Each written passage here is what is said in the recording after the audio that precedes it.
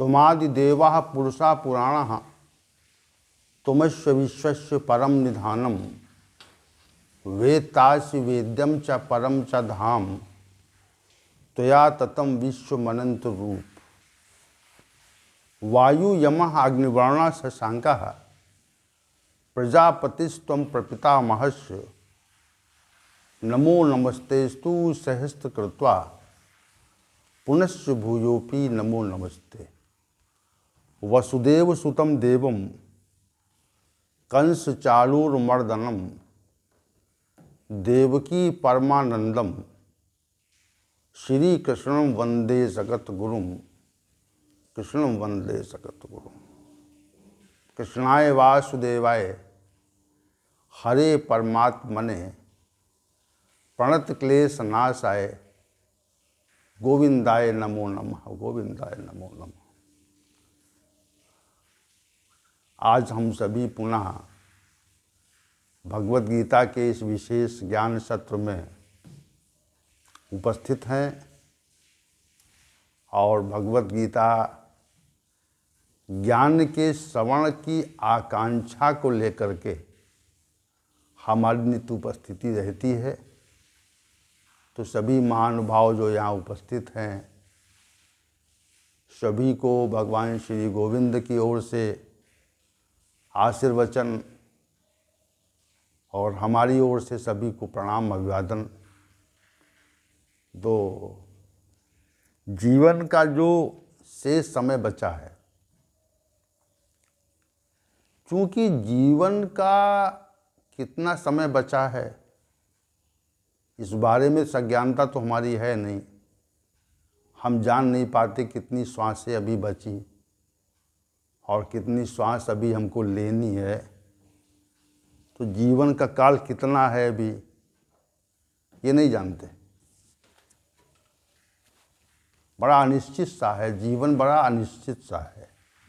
हम जीवन की वास्तविकता के संबंध में हमें ज्ञान नहीं है। हमें ये बोध नहीं है कि अभी हमें कितना समय जीवित रहना, ये बोध नहीं है अभी ये। और जब ये बोध नहीं है तो हम करते क्या है कि संसारिक कर्म करने का प्रयास करते हैं कि संसार में जल्दी जल्दी कर्म करो, अनेक धन इकट्ठा कर लो, संपदा इकट्ठा कर लो।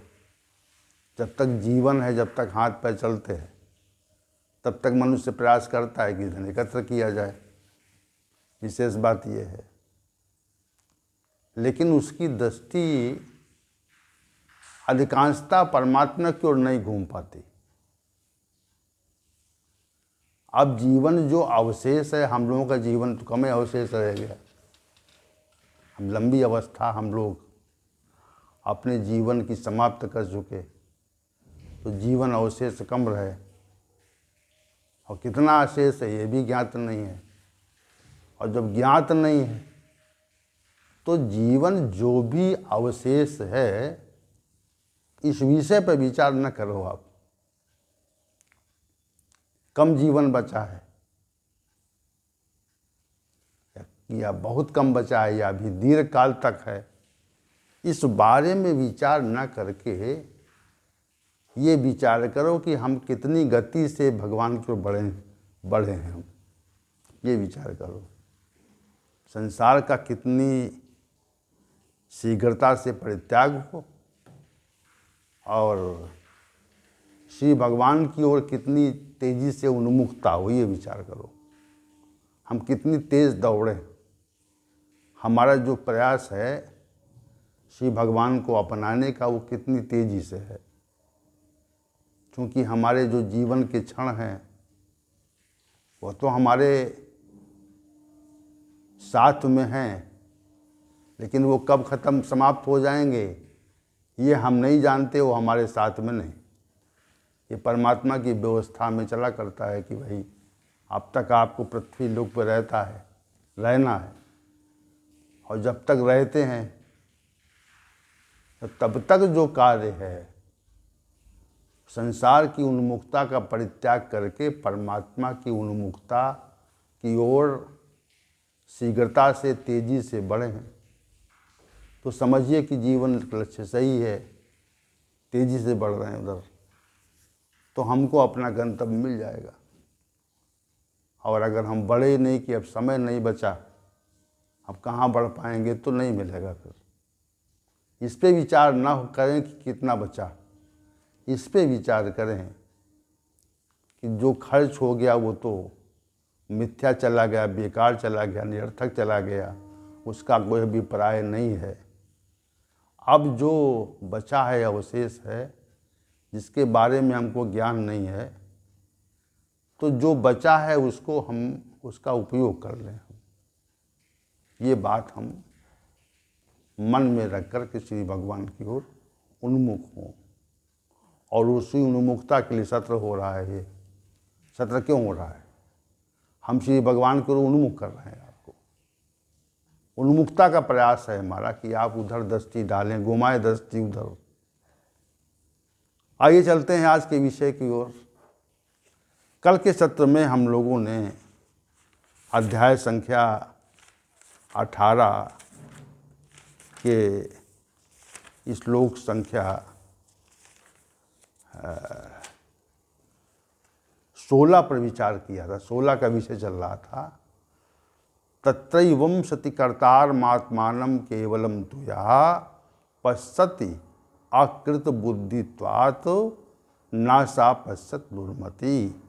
हे अर्जुन, जो ये कर्म संपादन के 5 हेतु हैं, ऐसा होने पर जो जिसकी बुद्धि शुद्ध नहीं है, कर्म संपादन के विषय में जो स्वयं को कर्ता मान लेता है, वह दुर्मति है। वो सही समझ उसकी नहीं है, उसकी सही समझ नहीं है। सा पश्यति, वो ठीक नहीं समझता। तो यहाँ पर जो पहले कहा कि स्वयं को कर्ता मान लेना, ये पहले ही कहा, ये पूर्वार्ध का है। इस श्लोक के पूर्वार्ध में यही कहा, तत्रैवं सति कर्तारमात्मानं केवलं तुया। जो स्वयं को कर्ता मान लेता, स्वयं को ये मान कर चलता है कि हम कर्ता है, तो वो अकृत बुद्धित्वात्, उसकी बुद्धि जो है वह अकृत है, शुद्ध नहीं है। उसकी बुद्धि अशुद्ध है, उसकी बुद्धि में अशुद्धि आ गई। जैसे किसी भोज्य पदार्थ में कोई अभोज्य पदार्थ मिला दिया जाए, जैसे दूध में जल मिला दिया जाए, तो दूध में जल मिलाने पे क्या होगा? दूध जो है वो अशुद्ध हो जाएगा। तो वैसे ही जब हम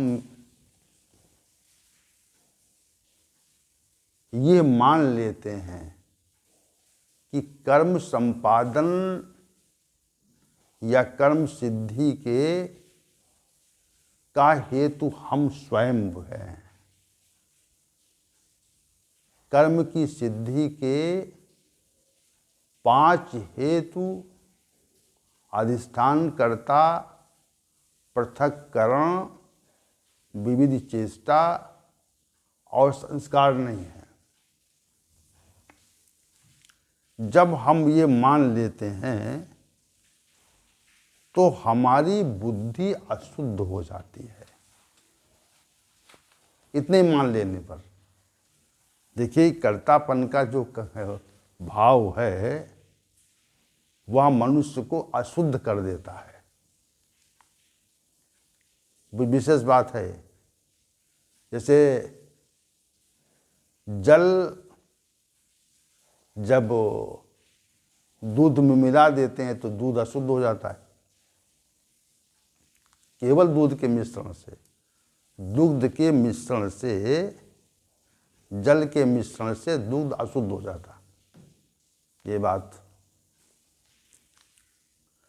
अब यहाँ पर भावनात्मक अशुद्धि है, भावना की अशुद्धि है।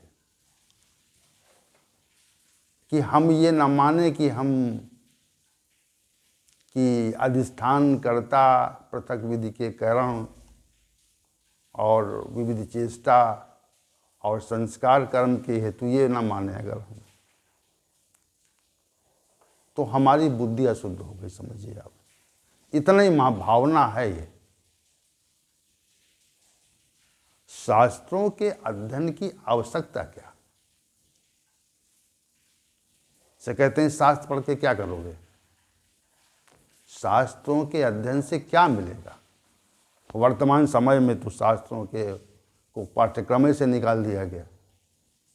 किसी भी मनुष्य को शास्त्र का अध्ययन नहीं कराया जाता, किसी छात्र को शास्त्राध्ययन नहीं कराया जाता, और वैदिक वांग्मय के जो मौलिक शास्त्र हैं उनका अध्ययन नहीं कराया जाता।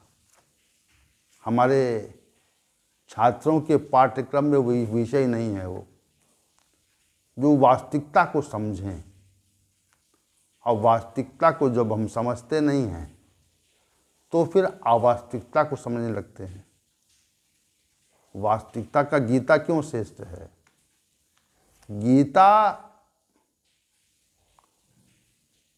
वास्तविकता का निरूपण करती है, वास्तविक विचार देती है कि सही क्या है, सत्य क्या है, उसको हम जाने। तो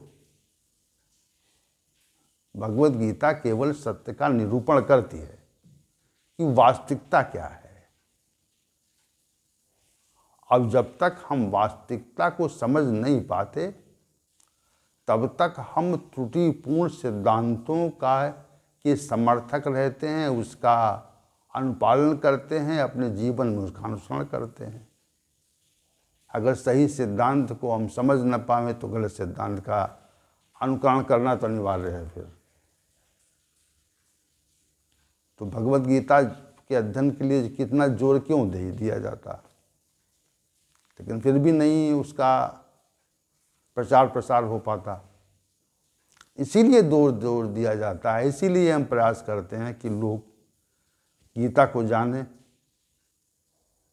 वास्तविकता को जानें। भगवत गीता को जानने का मतलब क्या? भगवत गीता को जानने का मतलब हो वास्तविकता को जानना है, सत्य को जानना है। सत्य रूपी शास्त्र का निरूपण है इसमें। किसी मतांतर की बात नहीं है, किसी मत का अनुकरण नहीं है, किसी मत की स्थापना नहीं, किसी संप्रदाय की स्थापना नहीं। सत्य की स्थापना, सभी के कल्याण के लिए बात, वास्तविकता का निरूपण। कल्याण कैसे होगा हमारा?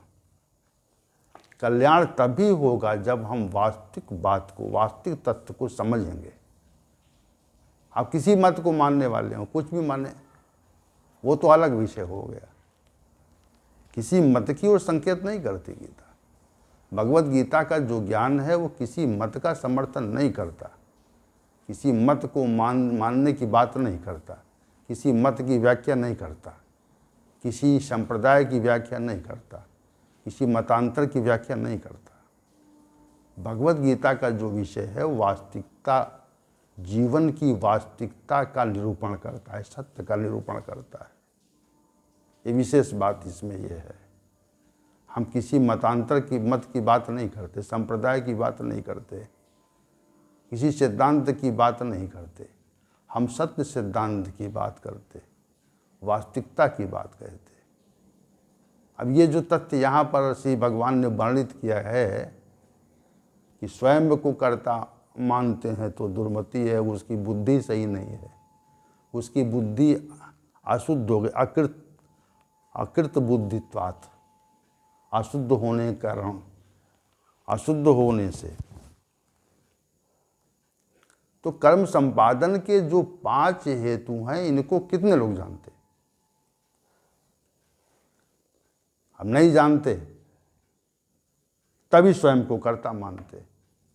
अगर हम ये जान जाते कर्म संपादन हमारे द्वारा नहीं होता, तो हम कैसे कर्ता मानते? अपना नहीं मानते। और हम जानते हैं कि भैया कर्म कर्म तो हम ही करते हैं, हमारे द्वारा कर्म होते, तो फिर अपने कर्ता मानते हम। कर्ता अपने को मानते रहते फिर, और जीवन भर मानते रहते। विशेष बात है, केवल वास्तविकता से परिचित न होने के कारण मानते रहते।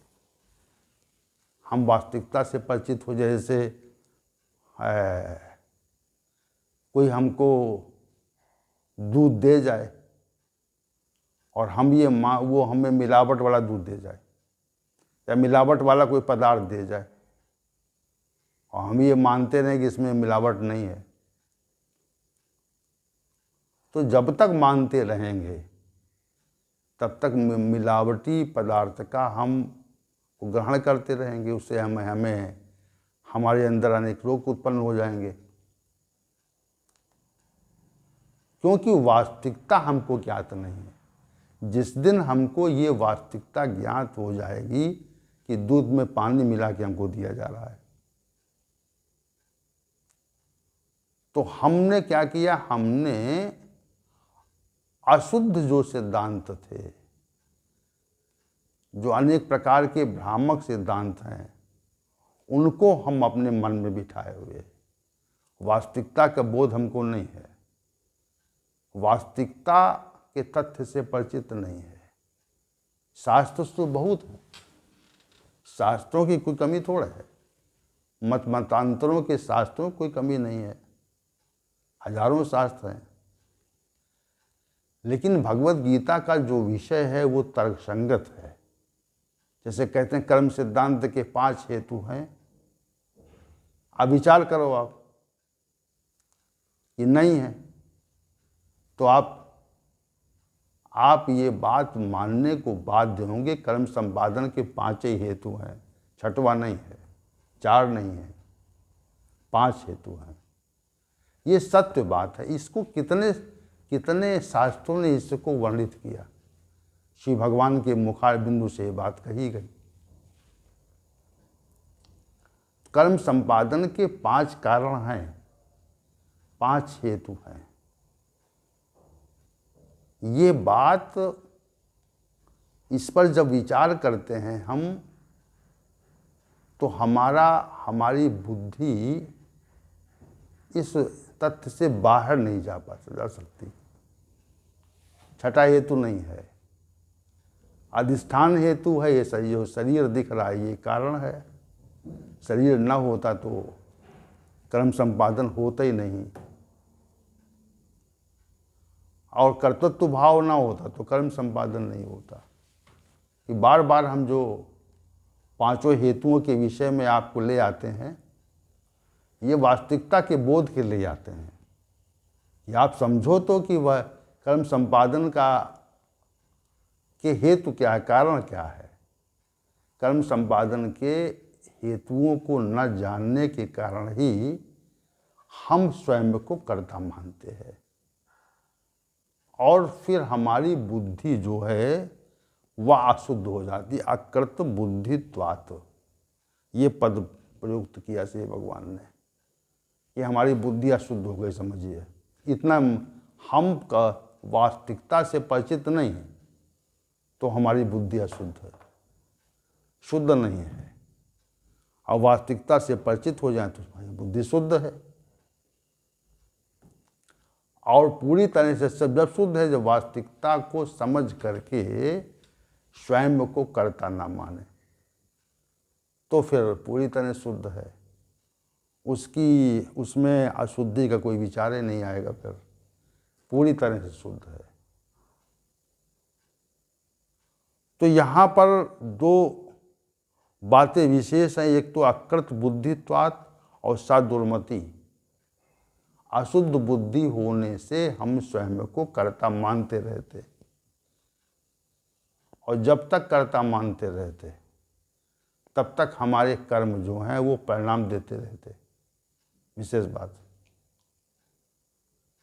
हम जिस दिन भी अपने को कर्ता मानना छोड़ देंगे, उस दिन हमारे कर्म परिणाम नहीं देंगे, परिणाम से हम पृथक हो जाएंगे। ये विशेष बात। और जब तक हम स्वयं को कर्ता मानते हैं कि हमारे द्वारा ही सब कुछ किया जा रहा है, तब तक हमारे कर्म परिणाम देते रहते हैं। उस परिणामों से, कर्म के परिणाम से हम अपने को स्वयं को मुक्त नहीं कर सकते, क्योंकि मान रहे हैं कि हम कर्ता हैं, हमारी आत्मा करता है। आत्मानम कर्तारम पश्यति। तो कहा कि भगवान ने ना पश्यति मतलब वो सत्य नहीं देखता, सत्य की भावना उसके अंदर नहीं बैठ पाई अभी, असत्य वाली भावना बैठ गई। असत्य की भावना से कहाँ कल्याण हो सकता है? मनुष्य का कल्याण कैसे होता? यथार्थ को जान करके मनुष्य का कल्याण होता है। शास्त्रों पर बराबर चिंतन करने से, उनका अनुगमन करने से और उनके विषय को हम जाने समझें तो फिर ना पश्चात की स्थिति नहीं आती, यथार्थता को हम जान जाते। ये इतना शास्त्र विषय जो विषय है वह मनुष्य को जीवन पर्यंत ग्रहण करना पड़ता है। जैसे हम भोजन करते हैं तो जीवन के लिए, जीवन रहे इसके लिए भोजन करते हैं, भोजन हम किया करते हैं। और भोजन करते रहने पर ही जीवन सुरक्षित रहता। और हम एक आध हफ्ते भोजन बंद कर दें, समाप्त न ग्रहण करें, या हम किसी कारण बीमार हो जाएं, अस्वस्थ हो जाएं, हम भोजन ग्रहण न कर सकें, तो शरीर की दशा देखिए कितनी कष्टमय हो जाती है, कितनी गिर जाती है। क्यों गिर जाती है? क्योंकि भोजन नहीं ग्रहण कर रहे हैं। वैसे ही शास्त्र का विषय है। शास्त्रों के अध्ययन से मनुष्य को की जो दुर्बलता है वो खत्म होती है। जो मानसिक दुर्बलता है वह धीरे धीरे खत्म होती, समाप्त होती जाती है। और भगवत गीता की रूपी शास्त्र के अध्ययन से तो विशेष दुर्बलता समाप्त होती। फिर सत्य क्या है, यथार्थ क्या है और यथार्थ क्या नहीं है, इसके अंतर का बोध हो जाता है। अंतर का जब तक बोध न होगा तब तक हम मुक्त नहीं होंगे। ये बात श्री भगवान यहाँ पे तत्रैवं शर्ति कर्तारमात्मानं केवलं तु यः पश्यति यकृत बुद्धित्वात् नासा पश्यत दुर्मति। तो कर्म संपादन के 5 कारण हैं। इस बात को हम समझ लें और कर्म संपादन के 5 हेतुओं को अपने मन में अच्छी प्रकार बिठा लें। जब तक बिठाएंगे नहीं हम, जब तक हम जानेंगे नहीं तब तक बिठाएंगे नहीं। और जान करके हम स्वयं को कर्ता न माने। और अगर ऐसा माना तो हमारी बुद्धि अशुद्ध है और हम दुर्मति हैं और हम यथार्थ के बोध से अपने को अलग कर रहे हैं। इस श्लोक का भावार्थ इतना ही है, बस इस श्लोक का कथन इतना ही है कि 5 हेतुओं को जानना अनिवार्य है।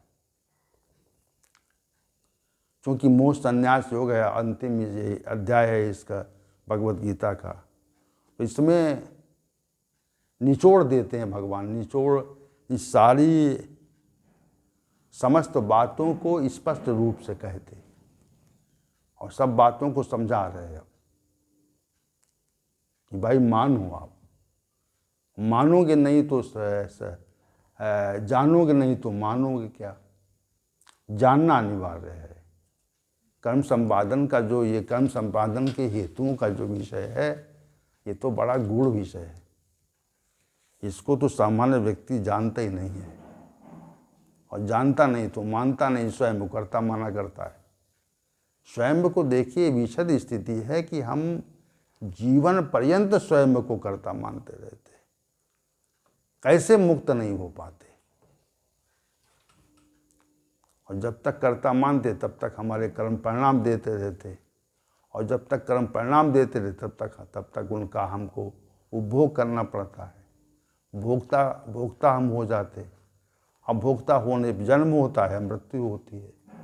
तो ये चक्र चला करता है। भगवान जो हैं वो प्रत्येक श्लोक में मनुष्य की मुक्ति की बात करते रहते। ये सूक्ष्म विषय जो है, मुक्ति का सूक्ष्म विषय इसमें छिपा रहता। मुक्ति का जो सूक्ष्म विषय है श्री भगवान ने इसमें छिपा दिया। कैसे मुक्त हो गया? तो मुक्त इतने से हो जाओगे, कर्ता मानना छोड़ो। तमाम साधनों का वर्णन किया और फिर ये बात यहाँ पे कही, कर्ता मानना छोड़ो, अपने को कर्ता ना मानो भाई। शास्त्र सम्मत कर्म करो, स्वयं को कर्ता ना मानो। ये बात कही श्री भगवान ने। तो अगर हम न मानते हैं तो मुक्त हो जाएंगे। मानते रहे तो नहीं हो सकते। जब तक मानते रहते, कर्तृत्व भाव रहता है, तब तक हम मुक्त नहीं हो सकते। क्यों नहीं हो सकते? क्योंकि हमारे कर्म परिणाम देते, इसलिए नहीं हो सकते। ऐसा सिद्धांत है। कर्म जब तक परिणाम देते हैं तो वे परिणाम हमको भुगतने पड़ते। तो ये जो स्थिति है ये कोई सामान्य स्थिति नहीं है। स्वयं को कर्ता न मानने की जो स्थिति है वह सामान्य स्थिति नहीं है, असामान्य स्थिति है। हम जीवन भर इस असामान्य स्थिति से निकल नहीं पाते। हम कभी निकल नहीं पाते इससे, और निकल नहीं पाते तो हम चक्र में घूमा करते, और चक्र में घूमा करते तो हमारी दुर्गति हुआ करती। कभी सुख मिलता, कभी दुख मिलता, कभी सुख मिलता, कभी दुख मिलता। अनेक प्रकार के तथ्य हमारे सामने उपस्थित हुआ करते। तो इस श्लोक पर विशेष प्रकार का तथ्य, विशेष प्रकार की प्रस्तुति से भगवान ने की। साधन विशेष दिया इसमें। साधन इतना ही दे दिया कि कर्ता न मानो भाई, मुक्ति हो जाएगी आपकी। सहज सहज साधन श्री भगवान बता रहे। श्री भगवान सहज सहज साधनों का निरूपण कर रहे और मनुष्य को उधर संकेत कर रहे, भाई करते ही न मानो अपने को। कर्तृत्व भाव से तो मुक्त हो, और कर्तृत्व भाव से मुक्त होने के लिए आपको स्वयं को कर्ता नहीं मानना। 5 हेतुओं कर्ता मानो आप, कि वही कर्म संपादन की और सिद्धि के हेतु हैं, हम हेतु नहीं हैं। इतनी सी बात हमको माननी है।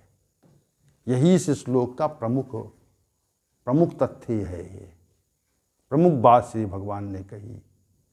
अब इसमें इसके आगे जो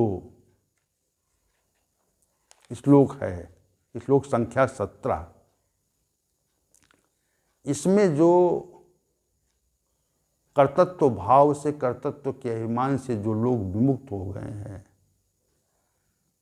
तो उनके विषय को कहा। देखिए, अब विषय को अंतिम, चूंकि इस विषय को अंतिम स्वरूप देना है, तो अंतिम स्वरूप देने के लिए श्री भगवान श्लोक संख्या 17 का संपादन करते। और 17 के संपादन में श्री भगवान ने यही कहा कि जो स्वयं को कर्ता नहीं मानता, तो वो पूरे संसार को अगर खत्म समाप्त कर दे तो भी उस पे कोई पाप नहीं लगता। और विशेष बात कह दी श्री भगवान ने। तो विलक्षण बात श्री भगवान यहाँ पर बता रहे हैं। श्लोक संख्या 16 में का कथन करके श्री भगवान श्लोक संख्या 17 की ओर बढ़ रहे हैं। तो कल का जो विषय है ये श्लोक संख्या 17 का विषय है। तो आज के सत्र का हम समय के समाप्त होने पर समापन करते हैं और आप सभी को कल के सत्र के लिए आमंत्रित करते हैं। सभी उपस्थित होइएगा ताकि सत्र चलता रहे। और अकेले सत्र तो संभव नहीं है,